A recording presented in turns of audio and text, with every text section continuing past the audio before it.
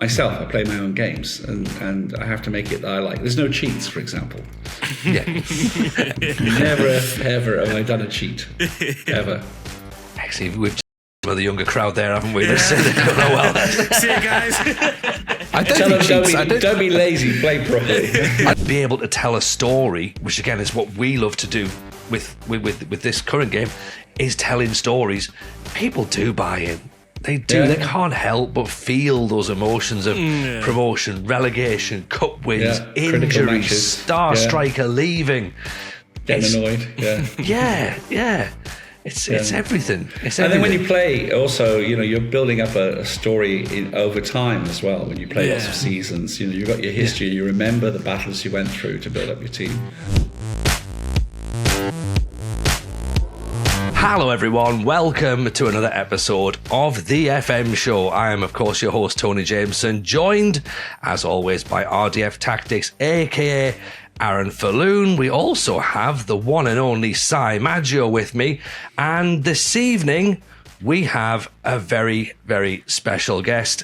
Everybody say hello to the original creator of Football Manager, the one and only Kevin TOMS. Kevin, how are you, sir? Are you well? I am really good, thank you. Good evening. Excellent. Thank you very, very much for joining us. We do have to say the original Football Manager, and we have said before we started recording, we talk about the other Football Manager, so there'll be some crossovers. Very confusing. Can be a little bit. So we'll talk about obviously about sort of your work predominantly, and then of course what you've been working on in the last 43 years worth of games development to get to this point. We should also say as well, as we've been back and forth on the emails, you'd sort of confirmed the timing and said, "Oh, is this UK timing?" And I'd completely forgotten that you don't live in the UK anymore. No, I haven't lived in the UK for a long time, actually, more than 20 years, in fact. But I lived in other countries. And right now I'm living in Amsterdam, Netherlands, where I've been for the last 5 years. Absolutely beautiful. Anyway, are we enjoying it? Yeah. A lot of cycling. A lot of tourists stepping in front of my bicycle when I don't expect it. So get used to well, it. If there's anything, you don't seem like the sort of you don't strike me as someone who would get angry at people stepping out. Don't. But maybe I've got you wrong. There are Dutch people who get angry all day at tourists, and I think it's a pointless thing. Excellent. Oh, imagine that. No, not being able to get angry at people. Oh, what a wonderful existence that must be, Kevin. It can be funny at times, actually. Yeah, I can imagine. So let's get into it. Let's get into it, shall we? So obviously we're talking, Kevin, about the original Football Manager. Now, for our younger listeners, I think let's take them all the way back to a magical time called the 1980s, shall we? Yes. Do you want to start filling us in on just how much of a different world that was from a technological space as to where we are right now in 2025? Yeah, that's a very good question. I think the most significant thing was when I was creating Football Manager, which was basically through 1981 and launched it in January 1982. There wasn't a way to sell computer games except by mail order. There were no shops, no retail outlets, no online, no internet. And the only way you could sell was by advertising in magazines, which where people who had their home computers were buying, and you sold everything by post and on audio cassette as well. Yeah. I mean, there's a few words that some of our listeners won't be familiar with there. So magazines, post, and cassette. That's right. Yeah. And the other thing was there were no publishers. So the only way to sell a game, if you wrote one, was to sell it yourself. So it was really that early. Yeah. Absolute DIY industry. Early days of the games industry. It really was. Yeah. There were also a lot of platforms. I mean, it wasn't like just the 3 consoles and PC or whatever you have, and mobile, whatever you have now. There's like 20 maybe. I mean, how many did Football Manager launch on? It must have been... Well, it didn't launch at the same time. It wasn't that many at the beginning, but it got more over time. At first, there was a dominance of the American platforms, which were a bit expensive in this country. in the UK. And I actually first wrote the game on a Video Genie, which was a TRS-80 Tandy TRS-80 clone. But before I launched it, I also adapted it to the ZX81, which was a very good move. And that was Sinclair's genius and making a computer that was less than £100 in the UK. That really created the games market in the UK. So that was a critical move. And the first 300 I sold 297 on the ZX81 and 3 on the Video Genie TRS-80. Wow. So it wouldn't have paid for itself on that machine. But again, I mean, even then you're saying £100 for a domestic computer, which I suppose sounds cheap these days, but back in the day, that was still that sounds still like pricey, wasn't it? Like cost of living, of course, massively different. It was. I bought the Video Genie for £325, I can remember, in Tottenham Court Road. And I worked out a while ago that was the equivalent of about 2,000 today. So yeah, it was a lot more.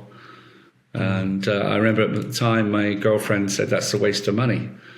And I said, no, it's going to be worth it. And it was, of course, but she didn't think so at the time. Wow. No, and again, back in the time as well, when not even like everyone in the household, but not every household had a computer either. Again, but sorry, younger listeners, I'm really painting the dark times back here. We only had 4 channels. We didn't obviously life was different, but dinosaurs were grazing outside.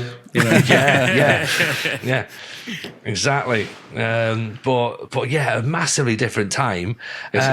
So what got you into the idea of first of all developing games, and then of course a football game as well? Yeah, it came really. I mean, I used to invent games as a hobby when I was a teenager. And that was games, played in the street, but also board games. I wanted to create board games. I had ideas for board games. And the one that I found most difficult to get right was a football management game, which I wanted to do. And so basically I tried it a few times, never got it right. And then I became a professional computer programmer when I left school. So I was working on mainframes, like big mainframes, IBM mainframes and things like that, and sort of serious coding. And then the home computers came along. And once I started getting my hands on them, in fact, actually, now remembering it, the first computer game I wrote was on a programmable calculator. That was the first time I had the idea of writing I wrote battleships on that. But then I started playing around on the mainframes a little bit, but mostly when I got hold of the Video Genie, I could start to implement this game that I've been trying to create as a board game, and I did it as a computer game, and I found that the problems I was having were resolved. They were basically the fixture list and the league tables. That was the main problem. Yikes. I'm intrigued. I'm intrigued because I'm only 32, so I was born in 92. Obviously, I know there was a life before me, but where did you get the idea of making a football management game? Because now we're playing Football Manager and we're just thinking how complicated it must be to create this game, and we're in 2025. So what brought on the idea to make a football management game back in the early 1980s? There were roots to it, actually, which was that I can remember it was basically my dad used to do the football pools, and I just got interested in recording the scores. And then when I started recording the scores to check the pools, I started thinking, how are they doing this? How are they doing these leagues? Because every week the teams play each other, and they play each other twice over the season, and it kind of sorts out how it all works. And you can work out how to do that with like 4 teams, but try working it out with 24. And it was really intriguing to me how that was done. It wasn't published anywhere. There was no internet, whereas now it is. So I started trying to work out the algorithm, and that's sort of the step-by-step process. Then I started making my own leagues, inventing them and throwing dice for the results, then calculating the league tables. So I was just playing around with it. And then it stepped on step by step from there. Wow. Just interesting. Very. Because in my head, I got a picture of someone watching football, seeing a manager, or just having a general big interest in the manager and think, I want to do that one day. And then think, actually, let me just turn it into a game because I can't actually do that in real life. That's actually another side of it, because the other thing... I did find it interesting what managers were doing and how they were setting the tactics and how they were choosing, etc. And it was kind of my own interest myself, but I did think it was interesting to kind of simulate that and the decisions involved in that. And as I say, I did it as a board game first, but then with a computer, I could do it better. Yeah. So there were a huge number of decisions I was making about how to create that feeling and those choices within the limitations of a very small amount of memory at the time as well. It's just made it more difficult. Wow. But yeah. So it was to create. I wanted to sort of capture the emotions and the tactics and the strategy. Yeah, there was a desire to do that. Si, you're quite big on the board game scene, aren't you? And we've spoken about this a couple of times, Kevin, sort of in various parts of the show and on Patreon. The idea of football management board games, and there have been a few again since yourself and relative sort of more recent games. I've just done a very quick scan in my head, as Aaron was saying there, about the amount of variables and the amount of options that you need to make even a board game interesting. Trying to think about that, to put it into such a minute amount of memory on a computer game back in the day. I mean, we're not talking terabytes and megabytes. We're talking kilobytes, aren't we? Yeah. Which is like less than a Word document these days. And you're trying to take all of those options and put it onto less than a Word document. I mean, Si, as a board game, like you could. Just take me a rough guess. What amount of variables would you be thinking about for a board game? For a board game, you've got to at least have something that the players are playing, which, you know, there's some kind of action that they're committing and making decisions on. You can't just have dice rolls. So you're probably looking at, normally most board games are looking for like 4 to 5 different things that you could do in a turn. You got choices. There are obviously simpler ones, like games for kids are much simpler. You know, things like Monopoly are pretty simple. Although even then you could decide to buy a house. You could put a house up for mortgage. You can, there are still things you can decide to do in Monopoly. But yeah, you're probably looking for like a few, and especially, I mean, Kevin, how long did that first game take to develop on the? About a year. And that's like an evolution. So like I had the sort of basic things I wanted to work out, create the scenario. Then I started to decide what the attributes would be and what you could control, and how, you know, what the players' attributes would be, and what you could change, and the phases of the game as well. Because like you say, it's a turn-based game, so you go through a few phases each round. And one of the other things I was mindful of was to have enough. Well, there's 2 key things, I suppose. One is to have enough variety of things that can happen, even if you only have a limited number of variables, the way they interact, sort of tactics and strategy. So there's both things going on, that there's enough that the variety is big, even with a limited set of things you're working with, so that the experience can keep you interested. It's not always the same. You're not repeating much, except you're in the context of a football management game. And the other thing is the fine balance between random luck and skill, and that balance was absolutely critical. That's why people can play it, and even though it was only text at the time, they're experiencing it as real. If it was too random, they'd say, "Oh, this is rubbish. It's just luck." And if it was didn't have enough random, then they'd say, "Oh, I know what's going to happen here," and it's not interesting. So that's really a subtle balance that I spent quite a bit of time getting right. I was playing it myself, but I was also, as it got more mature, letting other people play it. And that was when I started to think that I got something, because once they started, I couldn't get them off. They just wanted to keep playing. So I realized it had a gripping quality, an addictive quality. Well, I gave it a go the other week, the old one, and I thought it's going to be tough to play as it. And I found myself absorbed. I think 3 hours later, I'd completed the season, and I was like, even like, there's only always, so there's if anyone's not seen it, it's not got all the attributes you'd have today. You've got one which is like a skill rating out of 5 for the player. You've got their fitness, which goes up to 20, and I think it dropped per once a game, and it goes up by 10 or maybe 2 per game. It goes up by 10 if you rest them. and then you've got morale, which goes up and down if you lose, and then which is a team attribute. And then you've also got, how many attackers, how many defenders, and how many midfielders you got. No goalkeeper. The original. No. Yeah. So that was entirely a memory choice. That was a very good example of it. So I just had to make him a defender. He was there, but he's just classed as a defender. That's it. I mean, there was no colours anyway. I think the colours were very. There's just the original was just black and white. Actually, there's not even the highlights, only. Is there? Yeah. No, the original was black and white and text only. It was like September, so it's late summer in 1982 that I did the adaptation to the Spectrum, and I did the highlights, the 3D match highlights. You're a long way, about 30 years ahead of the newer Foot Manager. They didn't ever have highlights until 2010. But so like there were just not many variables, like the 5-6 variables. But I found it was like it was like a nice. It was still fairly complex, but it was like also a nice simplicity to it in that I was like, okay, I've got to take this player out. He's my best player, but I have to rest him. I have to put someone else in. Okay, like this is the level of opponent. Do I rest the star player or not? And I felt like that was like a nice balance. I didn't feel like it was too random against me. It was. I think that is really key. It was like, why am I losing this game when I should win? Or am I seeing a lot of highlights, but ultimately I don't win because they score a lucky goal? And I think that's like a careful balance.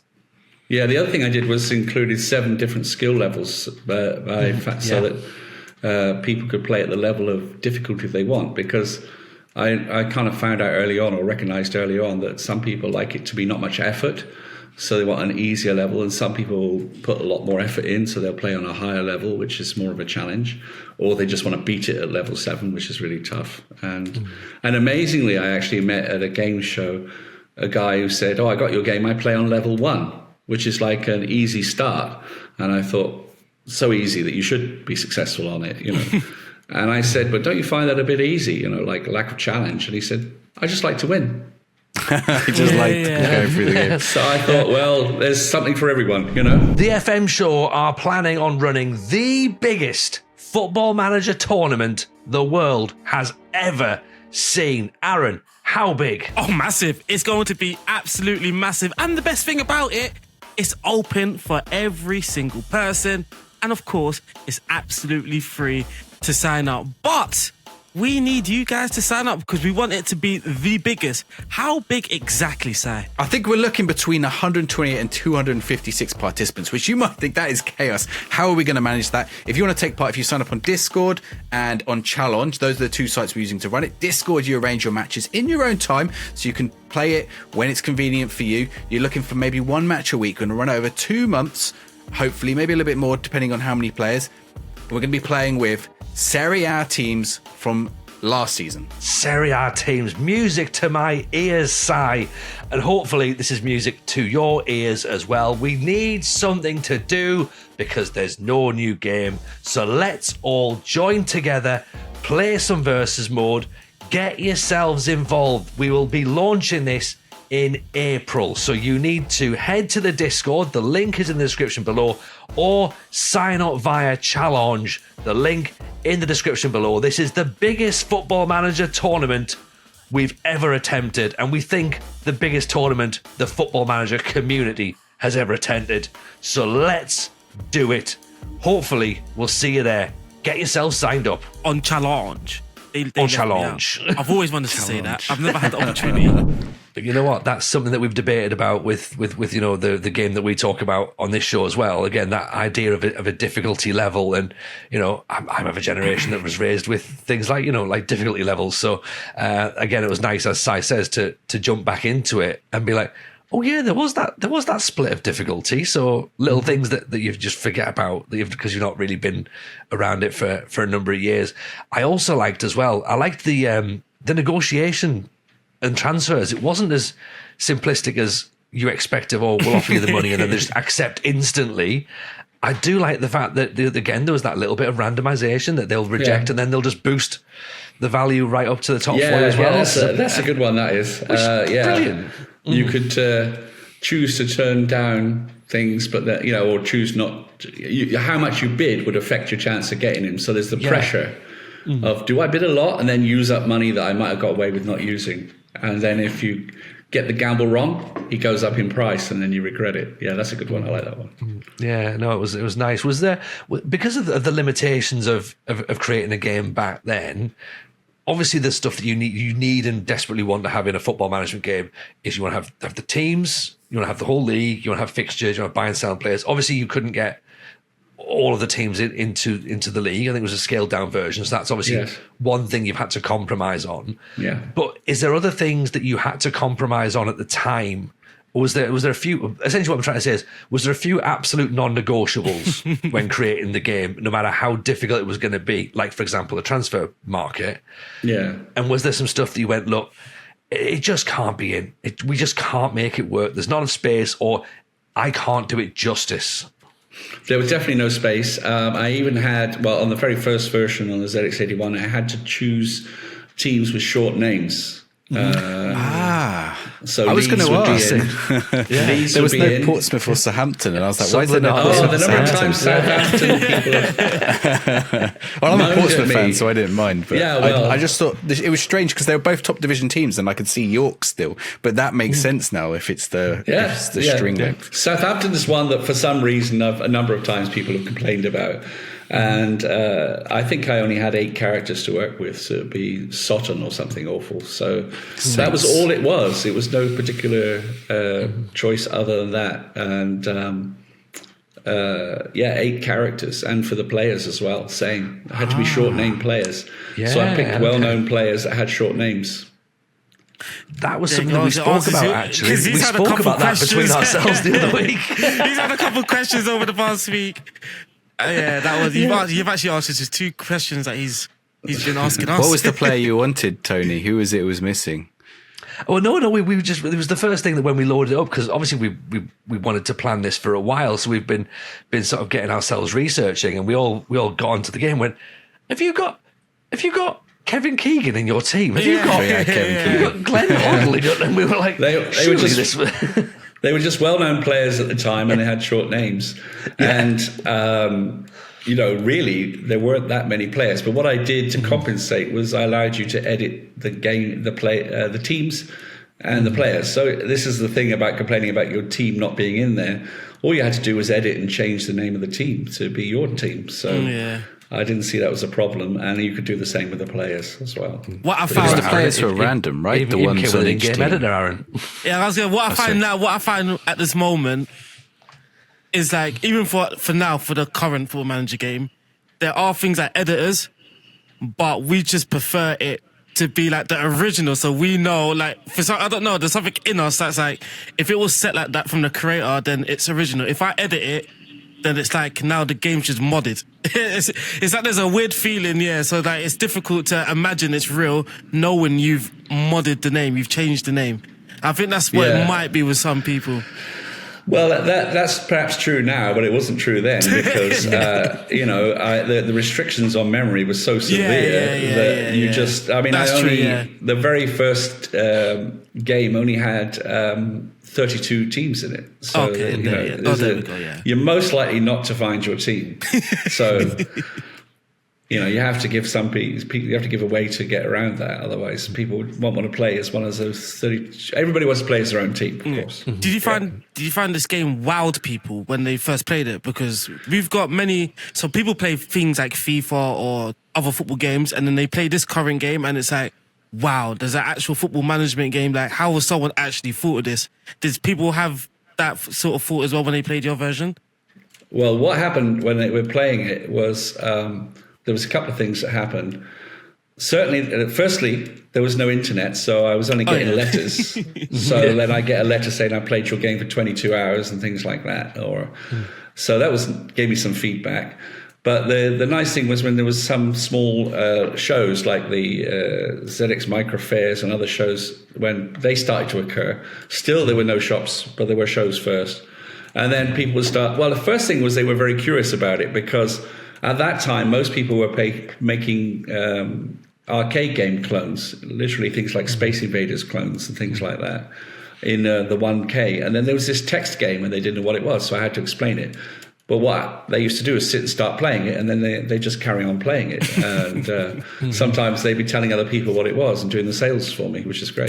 So, it just feels like it's just the same thing. I feel like sometimes we do the same thing. Like, we have to explain to someone what it is, but at the end of the day, it's like, actually, we're just pitching the game to them, like, sort of, without Football Manager having to do the work. Yeah, and especially then, of course, because the game was entirely text. And so where people were doing the Space Invaders clone, there was a little bit of graphics. Although on the ZX81, there wasn't much. So, but again, did you ever have to worry about licensing or anything? No, it was all before that time. It's just no one bothered. No one was worried. Nobody cared about us computer games people in those days. We were the weird people in the corner doing these things called computer games. But of course, it changed pretty fast. Now there's FIFA asking for multi-billion-pound deals or whatever they're asking for. Back in the day, there was still that thing of, well, computers won't take off, wasn't it? There was still that sort of that myth going. It's just a fad, no one's going to be making games. Exactly. And I mean, there's a couple of quick questions I've got then. So first of all, you mentioned about teams not being in, and you say there that obviously everyone wants to manage their own team. Did your team make it in? Who do you support? Yeah, Torquay. Torquay, brilliant. Okay, yeah. Yeah, you remember them? There must be. You're very familiar with them. Yeah. They used to be a league team, but they're now Division 6. But they're making their way back. Is it Torquay? I think Torquay might be the team where when I was younger, I used to think their logo was Motorola. It's like it does look like a little. It's like the gull. It's a gull. Is that what it is? It's a gull. It used to be a gull. I'm not sure what it is now. I can't remember. Yeah, it's like two arrows, and it looks like the Motorola M. Oh, okay. Okay. Well, they're not on their best form these days, although they're doing quite well at the moment. But in Division 6. So I used to support them when they were a league team. But I'll tell you one thing, people used to think, I used to get people telling me that there's something about Port Vale, which were in it as well.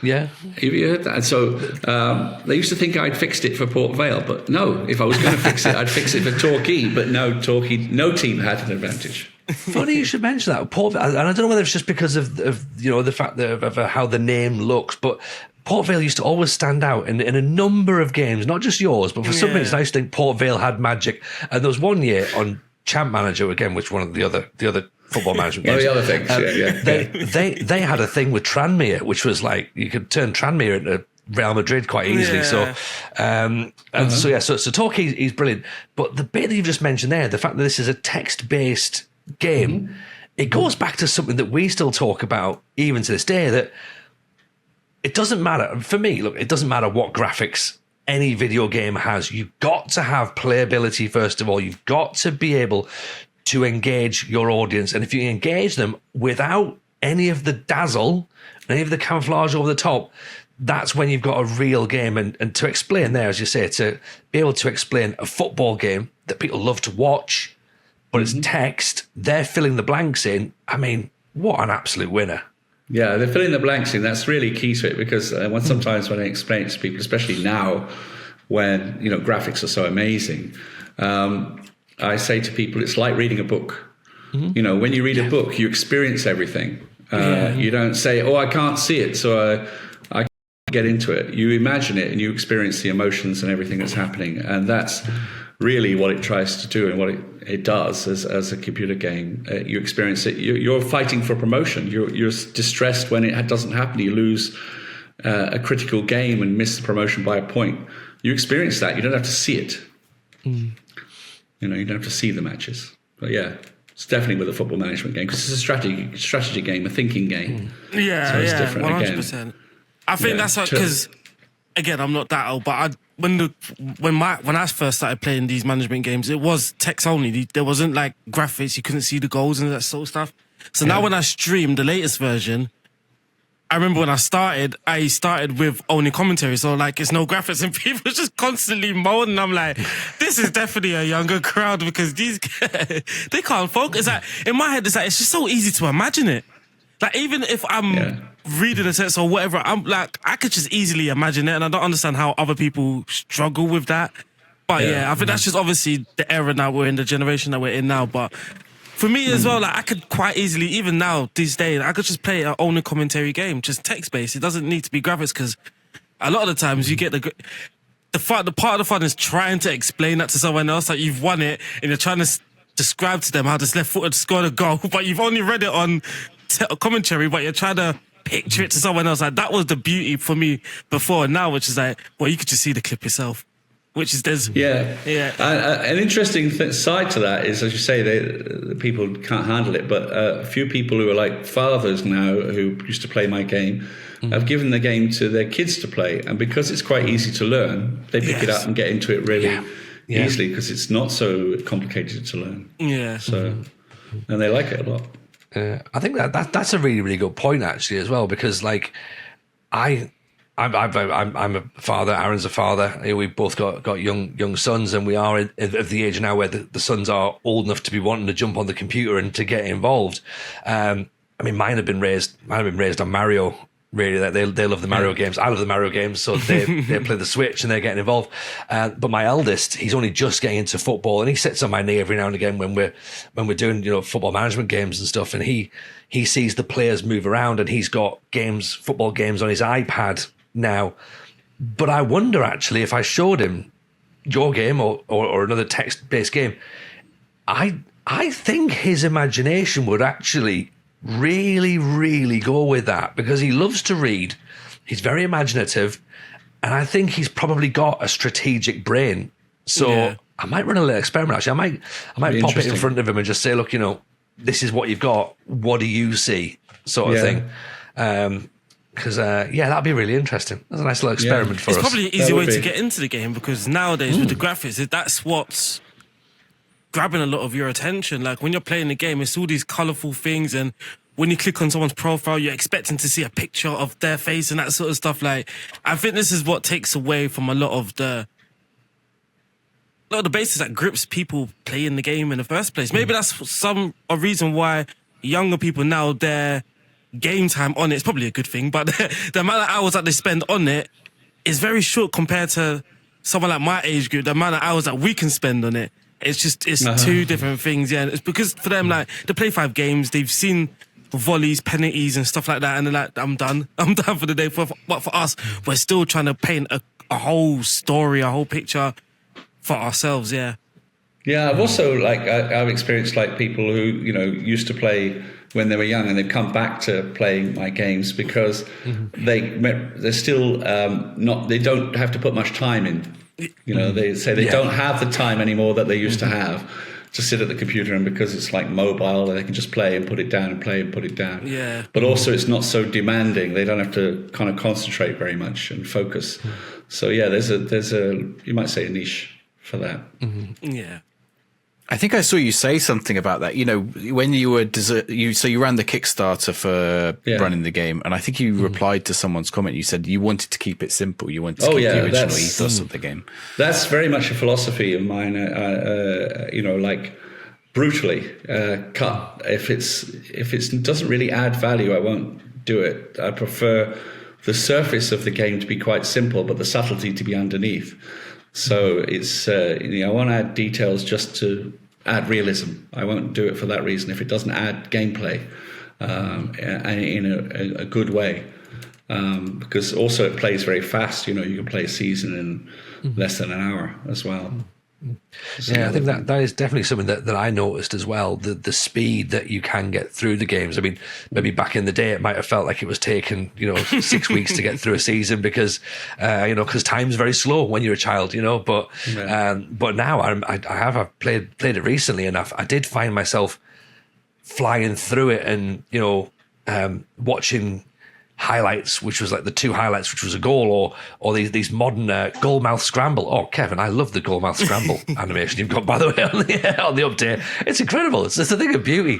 So I saw that, and just getting through stuff. I mean, obviously, do you look at the modern games, and is there anything that you would sort of like? You say obviously simplicity is your key philosophy, but is there anything that you would look from the modern games to implement into a game that you like, or is there anything that you've got that you feel as though the modern games are desperately lacking?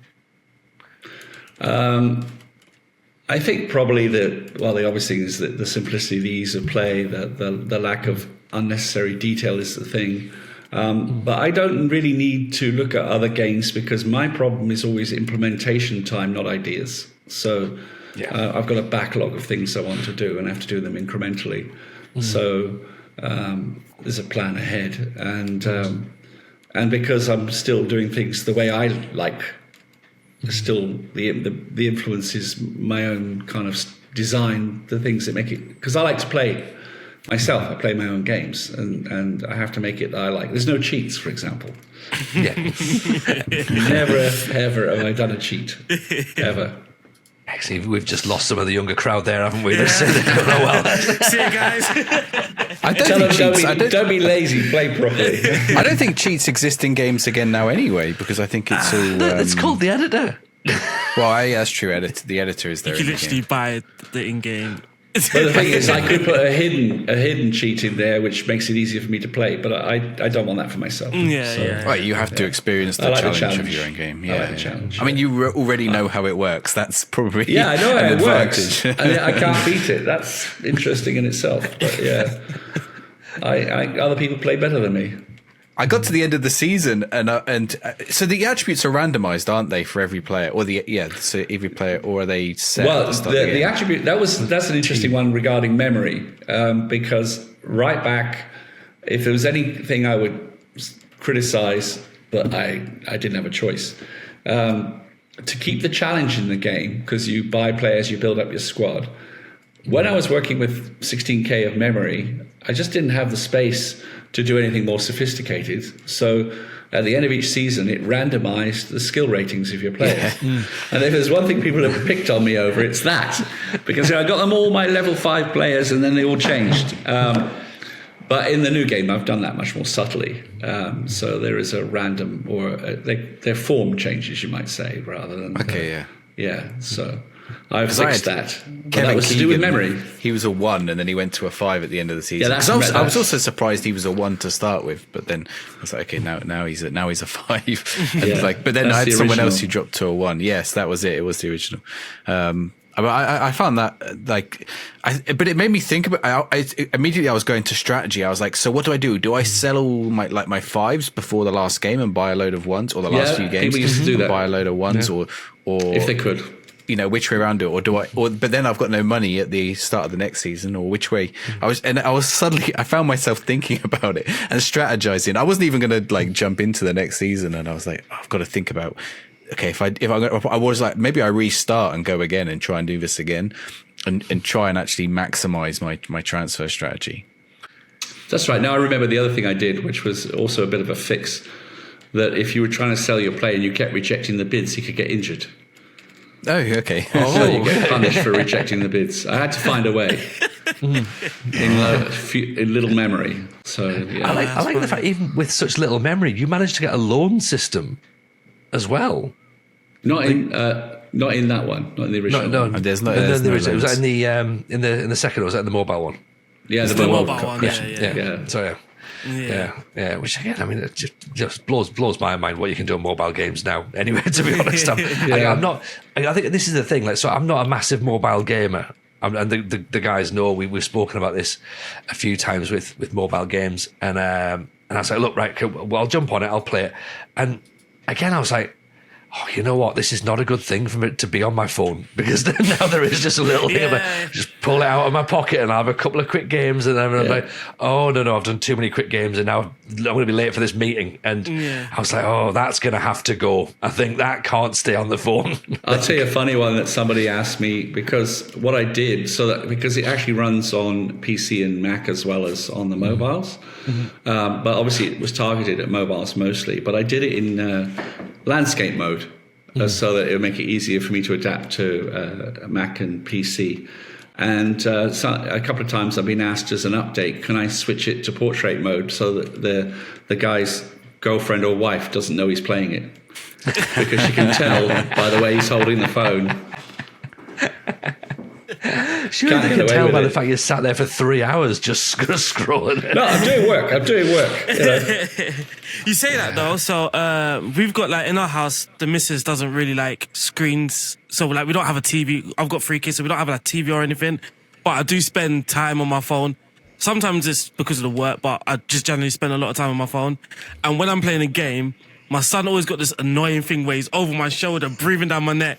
But my missus always catches it and it's like, oi, like, stop looking away. But it's a lot because of the bright colours and that sort of stuff.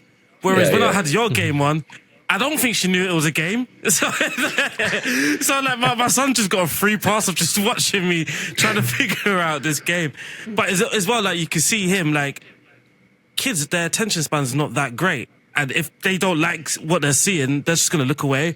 Whereas he just, obviously he knew it was football, but he just spent his whole time just watching me figure it out, which is nice because it's triggering something in him as well. Because I can picture him. This is what I used to do. This is why I played the game in the first place. I used to watch my dad play it. But I used to picture myself sitting in that chair making decisions. And when he used to do something like, nah, I would have done that. And that was just always in my head until I got that chance. Yeah, so I think that's what my son is doing as well. He's just watching me play this game. And he's like, oh, if I had the chance, I would pick Arsenal. That's what he's probably thinking.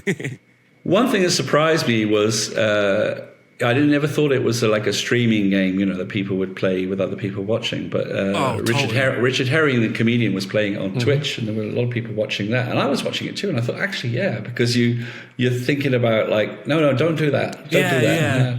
No, pick the other one.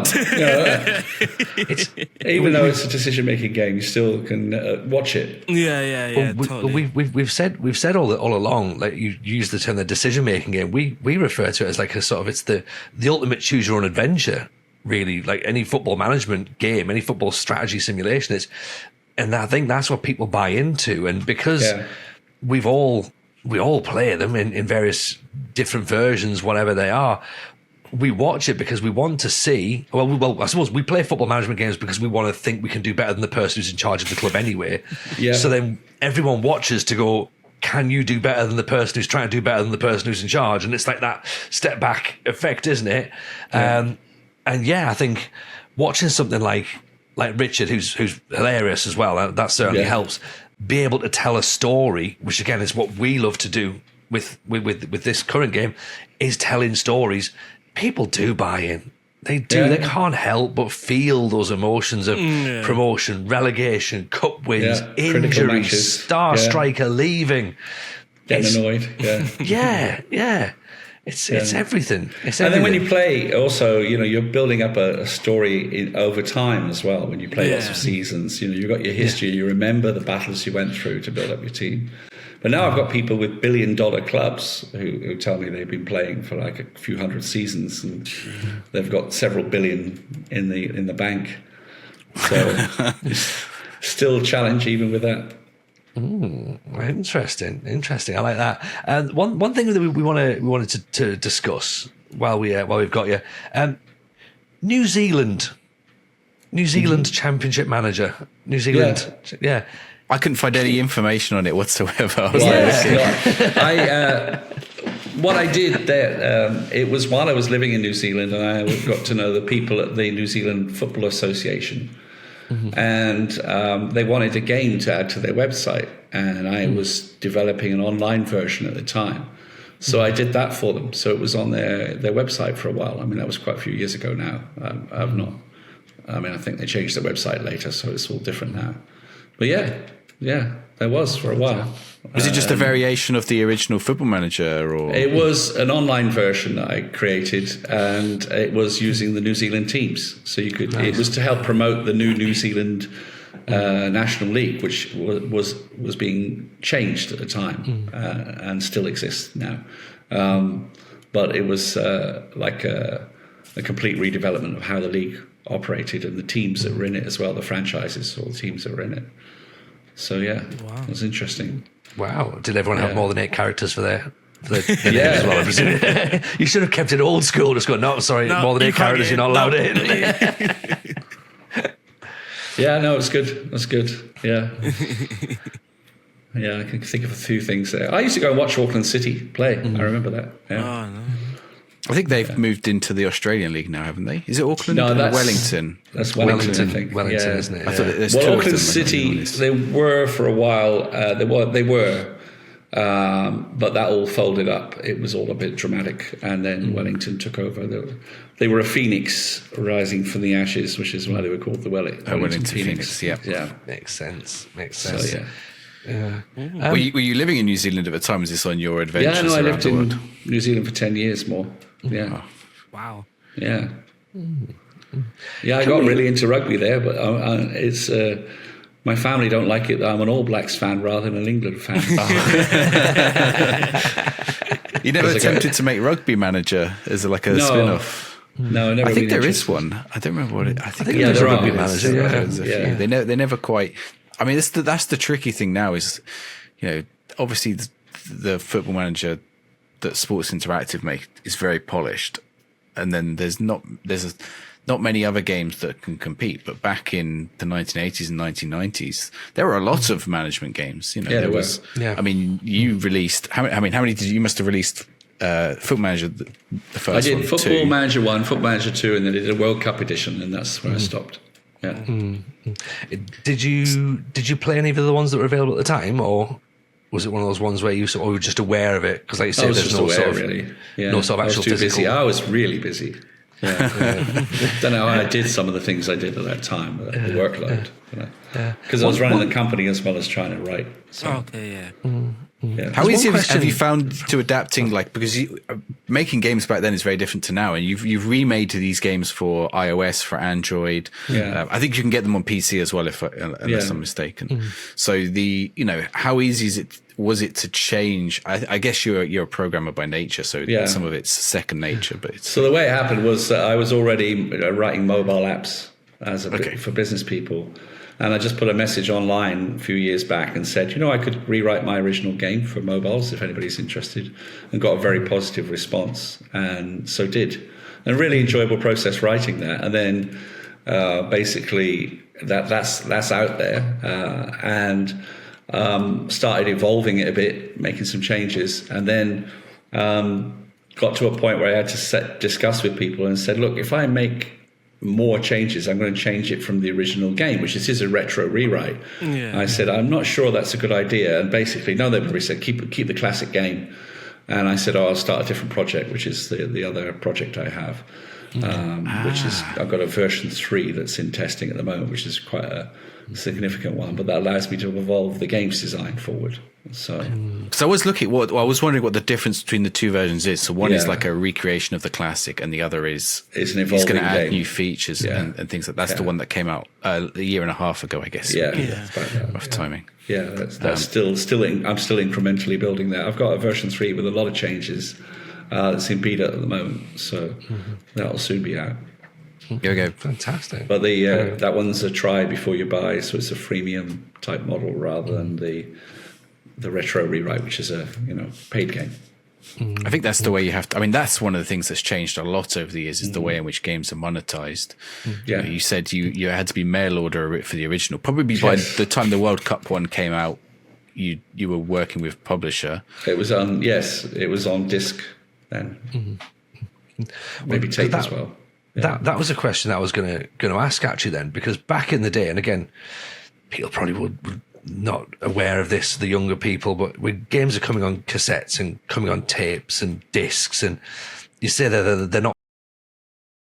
I mean, how bad was piracy for you as an independent studio where you're not making any money in your game, but then all of a sudden this thing called the 2 tape deck comes out, or the recordable floppy disk comes out? I mean, that must have, how the games industry even survived the 80s is bizarre.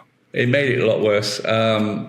It's a funny thing that because I recreated the game, I've actually had people who've bought the game and said, I bought your game. I felt I ought to because the original I copied in the playground. So I felt I owed you for all the entertainment I got out of it. But yeah, it was really easy for people to do. And I remember all the excuses they used to make. I need a backup. And I used to take that one down by saying, have you got a backup kettle? Because that's more important than a computer game. I assume you've got a second kettle ready in case you need it. But it was just because it was so easy to do. That was all there was to it. Yeah. And it was a huge amount of loss. I mean, I remember on one particular, might have been Football Manager 2. That came out in 7 formats, but there was very low sales on the Amiga compared to all the others, and it was just simply because it was being pirated by counterfeiters, and so it was just killing the sales on that particular format. So yeah. Well, I mean, the main thing, of course, is that you're still here now and still making I'm games. still here. So it's that's the thing. Like, that's the good side of it. That I survived. But then it's a case of what might have been. You might have been billionaire Kevin not talking to us. Had that been the situation. I just had fun instead. The question we probably need to ask then about the name, because obviously your name is the original and it's been out for many, many years. What happened when the Champman Football Manager rebrand happened? I was in New Zealand and I didn't know anything about it. The company that had bought the rights, the publisher, were involved in that process. And occasionally people say, I wonder how much he made, meaning me, out of that. I didn't make anything because I didn't even know it was happening. Should have made a backup name. That's what you should have done. Made a copy of it. Although there is an interesting part about that because in the peak when I was doing the game in the 80s, I tried to trademark the name Football Manager. And I got a trademark lawyer came in, an expert, and he looked at it and he said, it's too generic, you can't trademark it. And now it is. I did always wonder if it was trademarkable or if it was too generic. And well, that's what he said then, but now it is trademarked, isn't it? Yeah, because I think when you went to relaunch, you originally had Kevin TOMS Football Manager, right? Yeah, but you've changed. Is the name tweak because of that or not? Maybe no, the name tweak is actually I found that because there's so many games called Football Manager, the most important thing for me to do is put my own name in front of it. Because people say I can't find it. What's it called? And I say just look for Kevin TOMS. And that's easier. So, and I did Football Star Manager because it was a blend of Football Manager and Software Star, which was another game I did. So I just decided to use that. Okay. Yeah, actually, that you've just pulled on something then. When the game originally came out, your face was like on the box. Yeah. Would people recognize you or was it not that? I mean, that must have been... Yes, I mean, it was such a simple idea because the only reason I did it was because... Well, the original source of it was I was at game shows and I would be explaining to people about the game and players who played the game. I'd be talking to them, they'd be asking me about it. And I would say, the reason I did that was this, or the reason I did that was that. They said, what? You wrote it? And I said, yeah. Oh, I thought you were just a salesman, And then they got really animated. And I just thought, well, isn't this like, it's another art form like music and books? Shouldn't the author be on the cover? Yeah. And I didn't realize it was such an innovation. I just thought it was logical. And so I thought, I'm proud of my own design. I am the author. So, I thought you don't buy the band, a band you like, or a songwriter you like, because they're on a particular label. You just want to know who they are. Yeah. So I thought that was the thing. I think more people would have done it if they'd had control. But maybe not all programmers can handle it. So, being frontman, like to be backroom boys, some of them. But I think, also, I mean, I'm just a bit cynical thinking that they didn't want the guys to get too famous. They might want more money. So, yeah, there were a few who, like Will Wright, Sid Meier's, I think, their names obviously stand out. But there's not many in video games now. Whereas like board games, certainly board games, a lot of them you'll have like the author, the guy who wrote the rules for the game, their name is like center. I think it's logical. It's an art form, And even if it's written by 100 people, it's just like a band, really, it's still, it's not usually written by 100 people. There's usually a games designer and there's teams around it. Yeah. You'd have the studio name, I suppose, but rarely do you have just like one person's name nowadays. Yeah. Indies, we can do it. Yeah, that's it. Yeah. I mean, there are certain people who they'll follow the games or certain independent developers because they know even if they don't put their name on it, they'll see. Oh, I know that person makes these kind of games. Yeah, I did used to get recognised in various strange places, like on a holiday in Italy, in a McDonald's, at a petrol station. So it did happen. Yeah. Did anyone ever take you? Actually, that's a good point. Did anyone ever take your game and like convert it, or did you ever do it to like different nationalities? It did come out in Spanish, German, Dutch, French, Italian. Was it with the teams of those countries and the players, or was it still the UK teams? No, it was mainly the translation of the text. Okay. Because I wonder, because that was one of the things I think when some of the later games, they would have like an Italian version and a UK version. The Italian version would have all the Italian teams, the Italian players. Yeah. Yeah, it's a whole big topic in itself. Yeah. Excellent. I love the fact that potentially there's a little alcove in Holland that loves Port Vale, just off the back of Kevin Toms, Football Manager. Port Vale. There's one that loves Torquay. Torquay, yes. Yeah. Torquay. Yeah. Torquay Supporters Club in the Netherlands. Excellent. Yeah. Excellent. Yeah. Oh, fantastic. Well, I might be the only one. Well, you know, you might actually be the only one. I actually know 2 or 3 Torquay supporters who live here. Oh. Yeah. So I'm not the only one. Wow. You know, the head I also of the support Bournemouth organisation. because I spent a few years living in Bournemouth as well.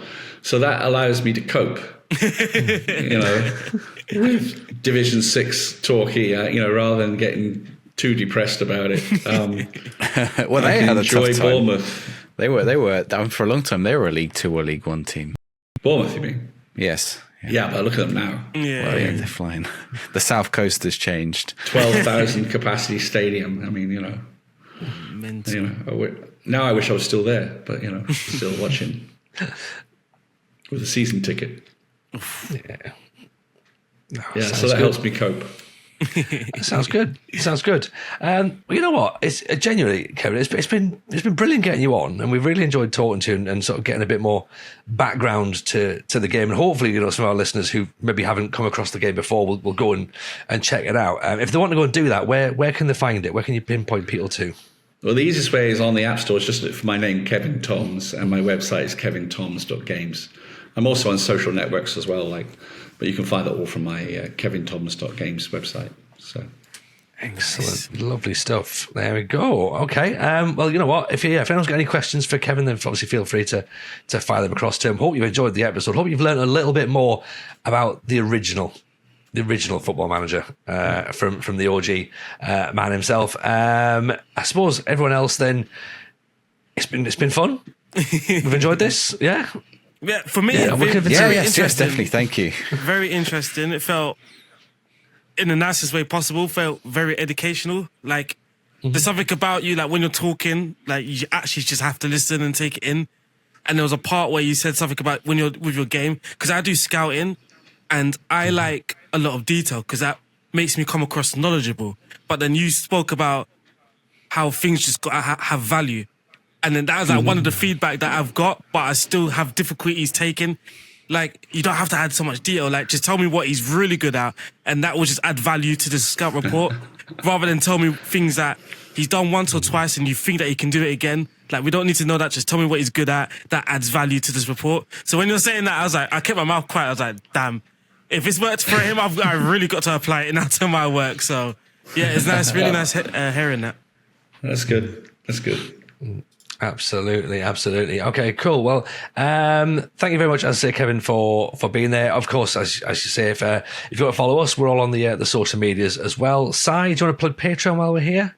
Yes, sure. Patreon.com/the FM Show Pod, and you'll find bonus episodes. And there's a free trial, and you can find everything over there if you want to support us from as little as I think it's £3 a month, if I'm not mistaken. Yes. Fantastic. Excellent. Well, thank you very much for listening, everyone. Hope you all enjoyed it.